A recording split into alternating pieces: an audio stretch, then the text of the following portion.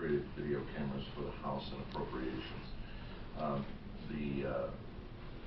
This, and as Mal Leary testified when the bill was introduced, it's first of all to replace those old House chamber cameras, which are at least 12 years old, very dated, and then also an appropriations, and possibly if there was enough money to be able to do the Welcome Center, which is the overflow place where the closed circuit hearings and broadcasts has been, and oftentimes press conferences are held there at the Welcome Center. So that's the specific equipment question for this year's request for FY16 in the first session. And 17? And then 17 as well. So that capital expense, excuse me, is running out in 2 years. Oh, yes, and in order to, this is the long-term plan, and we were asked by Representative Fredette to present a long-term plan, a 5-year plan. What's the plan for Maine Capital Connection? In the capital plan, initially, we understand the challenges of budgeting multi-year, more than 2 years out. But the initial plan was in consultations with the Legislative Council, Executive Director, there was about $1.2 million in capital infrastructure needs that were needed to revamp both the the State House side, and then also to do this over a period of years. So the 5-year plan would have been allowed us, MPBN, to essentially make the investment in the equipment, and then knowing that we would have a reimbursement over 5 years. That would be a new system, as Mal described it last time, which would, when the microphones are turned on, it automatically camera centers on the right, exactly. And plus, it also includes then a replacement sequence for the Senate, the new cameras in the Senate, and then also a setup which would allow portable cameras to be brought into individual legislative committee hearings as they go along on a day-by-day basis, depending on what the need is of the Maine Capital Connection. So that pretty much answers my question. Yeah. The so capital 5-year plan. If I understand correctly, the capital expense is going to be financed by you people for a 5-year period. Right. The risk is, of course, there's only a 2-year commitment. Yes. In something like this. Yes. That's the challenge yes. that I face in my budget. Depending on the legislature too, whether or not they want to stay with that commitment. Also, the other thing that I'd like to know is, what are we looking at for expenses, for operating expenses, as time goes on? Well, fixed operating expenses. The fixed operating expenses we think are pretty reasonable. You can see here up on the top, those are really just personnel and affiliated expenses. That's a reasonable amount of money. It depends on the length of the legislative session. Shorter session, of course, a little less money. Longer session involves more time, more overtime, et cetera, as those days wear on. What we have hoped for, and the plan would be that we would use technology to be as efficient as we possibly can, so we could gain some efficiencies in personnel and staffing. So the automated cameras, the automated software that will allow us to select various committees and/or the House and Senate chambers would really allow us to keep our costs down in a reasonable amount. The big question that many of the legislators have asked Mal for, and he can speak for himself on this, but that is the need for archiving video of various committees and the House and Senate. At present, there's no easy video system online to be able to call up and say what happened in Judiciary, what happened in this committee. And long term, just from an archival standpoint, I think both the state and the citizens of Maine would benefit from having that access. If you think ahead 20 years, what did they say back in 2015? And I assume that would be digital storage. Would it absolutely be digital storage, but that price tag is much more significant. So this is really a upgrade the equipment for the current plan that we're doing, and then move if future legislatures would approve it, would have greater capacity. Yes, Thank you very much. Are there any other questions for this gentleman? I have Mal Leary here, and of course our Chief Financial Officer as well. Representative Turner. Thank you. And what was the 15% overhead that's figured here? That's taxes for That's taxes for our employees, staffing, and the regular cost of doing business when you've got travel, et cetera, for staff who come from away to Augusta to do the program on a regular basis. Thank you. Representative Martin. Thank you, Mr. Chair. So the short answer is the O&M costs after you've done all your capital expenditures is not going to be $500,000. Correct. Once the program has been capitalized, that includes Right. the cameras and Right. infrastructure refurb from the wiring that's in the State House that Right. needs to be upgraded from coax to fiber optic. So once all those capital expenditures are secured, paid for, and in place, the O&M, by that I meant the operation and maintenance, is not going to be $500,000 a year. The plan would be that we would see that it would be something, because you're going to have staff here, but Right. the infrastructure investment or the capital refresh is always a challenge, and I wouldn't want to mislead the committee to say that, with technology, that there's no additional cost. As a broadcaster, we face tremendous technology costs to refresh everything from cameras to control points to microwaves across the state. So it's not without cost. The good news is cameras and equipment is going down in price. The bad news is that you need to refresh that equipment on a more regular basis. It's not the same as buying a simple microphone. What usually happens in committees, or follow up, Mr. Chair, if I may? Yes, absolutely. What usually happens in committees of jurisdiction, when folks see a price tag, we're always concerned what's going to happen in the Senate Appropriations table. Then a little later on, we're concerned about what could happen on the second floor with a gubernatorial veto. But I take a look at this piece of legislation here, and I see that this is a governor's bill. Correct. And is sponsored by several members of leadership. As a member of the opposing party to the governor, I want to share that with you. I want to say right up front that I think this technology is needed, and some members of my party and maybe other members will be surprised that I fully support this, only because I think it's the way to go. Years ago, I served in this legislature years ago when there was no audio and video. Right. And I served in this legislature when there was no internet and no fax machines, and see what's happening. So I think this is much needed, and I'm prepared to support it, Mr. Chair. If I may, we received tremendous reception to this as well. The question is always asked, how many viewers and listeners see this channel?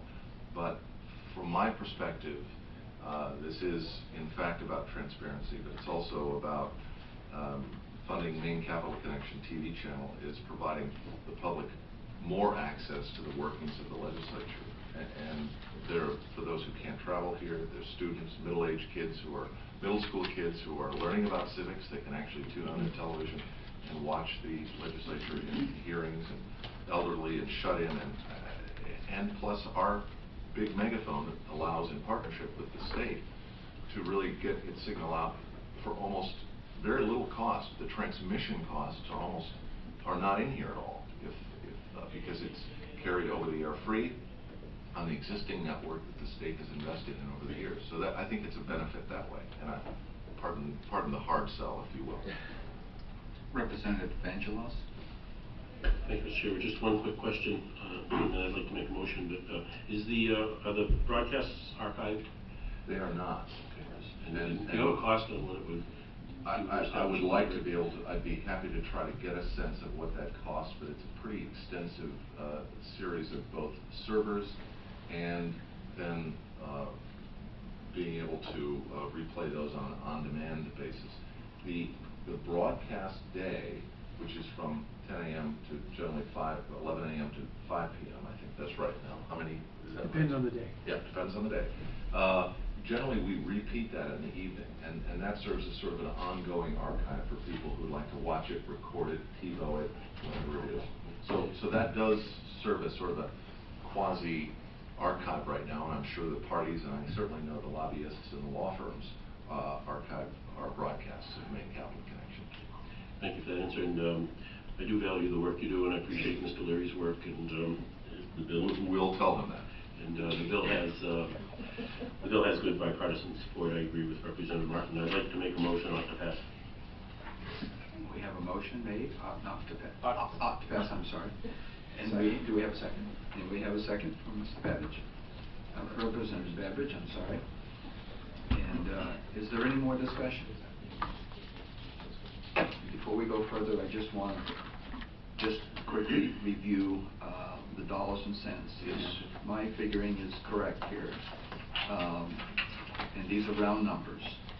We're looking at $250,000 for a period of 5 years for capital expenses. $250,000 Per year. Per year. For a total of 5 years. Over 5 years. To cover the capital investment. Correct. And then we're looking at approximately the same for operational expenses moving forward. The operational expenses. In other words, the $75,000, the $95,000, the $25,000, and the $58,900. That's right, about adds up $200,000. to about $250,000. Correct. And that would be ongoing from 2016, 17, and so on. Yeah, and that's with some. That's correct. And one of the things that we talked to the Legislative Council about was, as we see it, it's an investment by the legislature in state government, in the infrastructure of state government, to make it transparent to the public.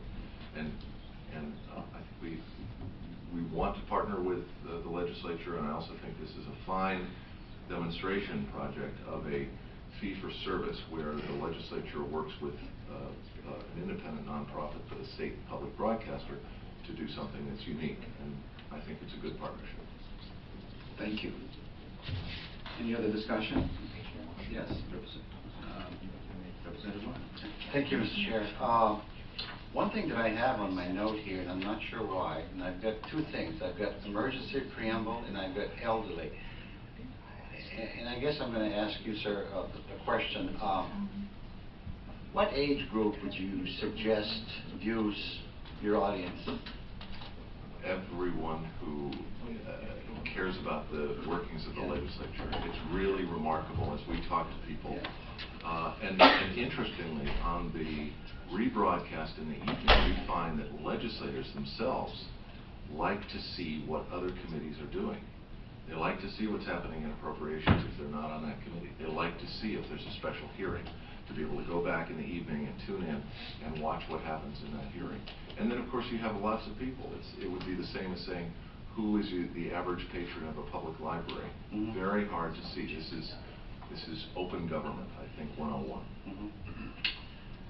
And the reason that I believe I have emergency and preamble here, one of the things that one of the sponsors, I can't remember if it's Representative Martin from Eagle Lake or someone else, suggested that if we had ample support in the committee to put an emergency preamble on the bill.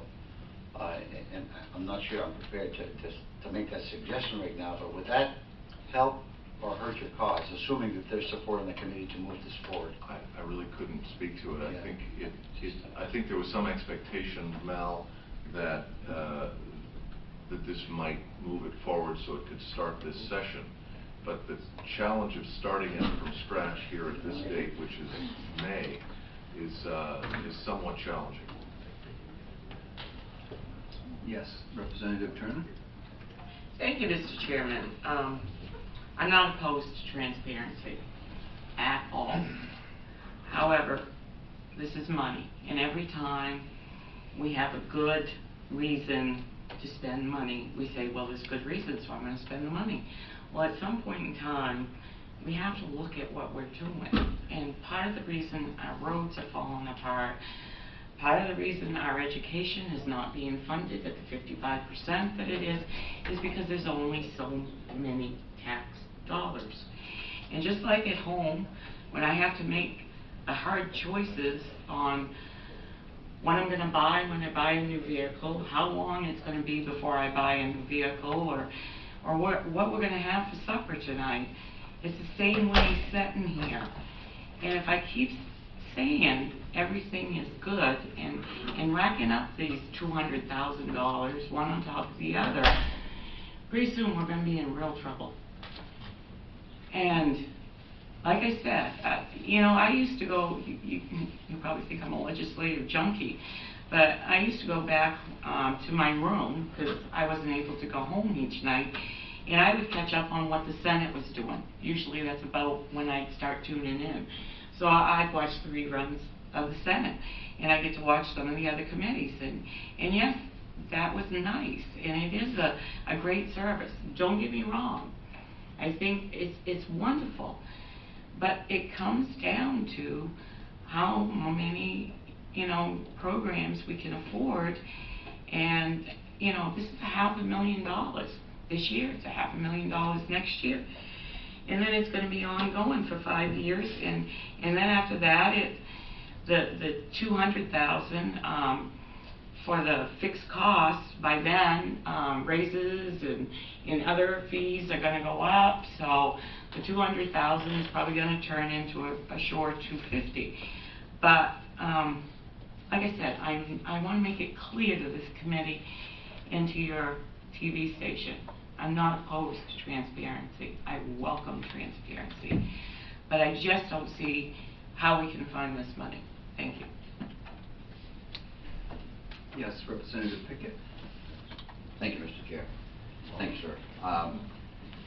I'm in the same boat. You know, I like transparency. I think we do have some transparency now. Would it be better with this system? Absolutely. But part of my campaign when I went around and knocked on people's doors and stuff is I told them that I was not going to be afraid to come down here and make the tough decisions and the tough choices. And this is a tough one for me because I'd love to be able to see you folks have what you need to be able to make this a better system for us. And if the economic times were better right now, I'd be the first one raising my hand to ought to pass. But I don't think the economic times are good. I think we're struggling with the budget. I think there's a lot of issues going on right now. And because of that, I think we have to be wise where we spend our dollars. And as much as I would like to support this, I can't support it for that reason. I'm not saying down the road I wouldn't be able to in better economic times, but for right now I can't support it. But I certainly understand it. I think it's good what you want to do, but and I'm not against transparency, but I just can't support it. Yes. If I may, maybe the committee may not know, because we spent quite a bit of time with this in our Committee of Jurisdiction, Education, and also with appropriations, where the cameras were actually hanging in the room. But our pilot project that we did with the legislature, I think there may be some misunderstanding of what happened. The legislature did approve the pilot project for 1 year, but appropriated no money for it. So MPBN was able to cobble the equipment together, as Mel testified, and also paid for the service, including a lot of capital, out of its own budget the first year. We thought it was so important, we went back to the legislature, and because we were in between sessions, or in between the two different years, once again, I went back to the board and asked if we could do this a second year. So, free of any state money, MPBN was able to put the money forward to do this project. And we thought that this was the right time to actually ask the committee and ask the legislature to participate in this, and understand fully that if that's the decision, we understand that too. But it's one of the things that we think is a good partnership, and it makes sense as a statewide public broadcaster. I just thought of a question that I'd like to ask in regards to sponsors through this programming period. Are there sponsors, paid sponsors through this, or by the state funding this, does it allow, to be sponsor-free? Well, there are no sponsors for it, but what we've done in the first 2 years, we looked for sponsorship in terms of what you would term underwriters, advertisers, in non-commercial slang, underwriting. And that underwriting was difficult to come by because there was no certainty that it would continue. And that was the challenge that we found as we talked to individuals.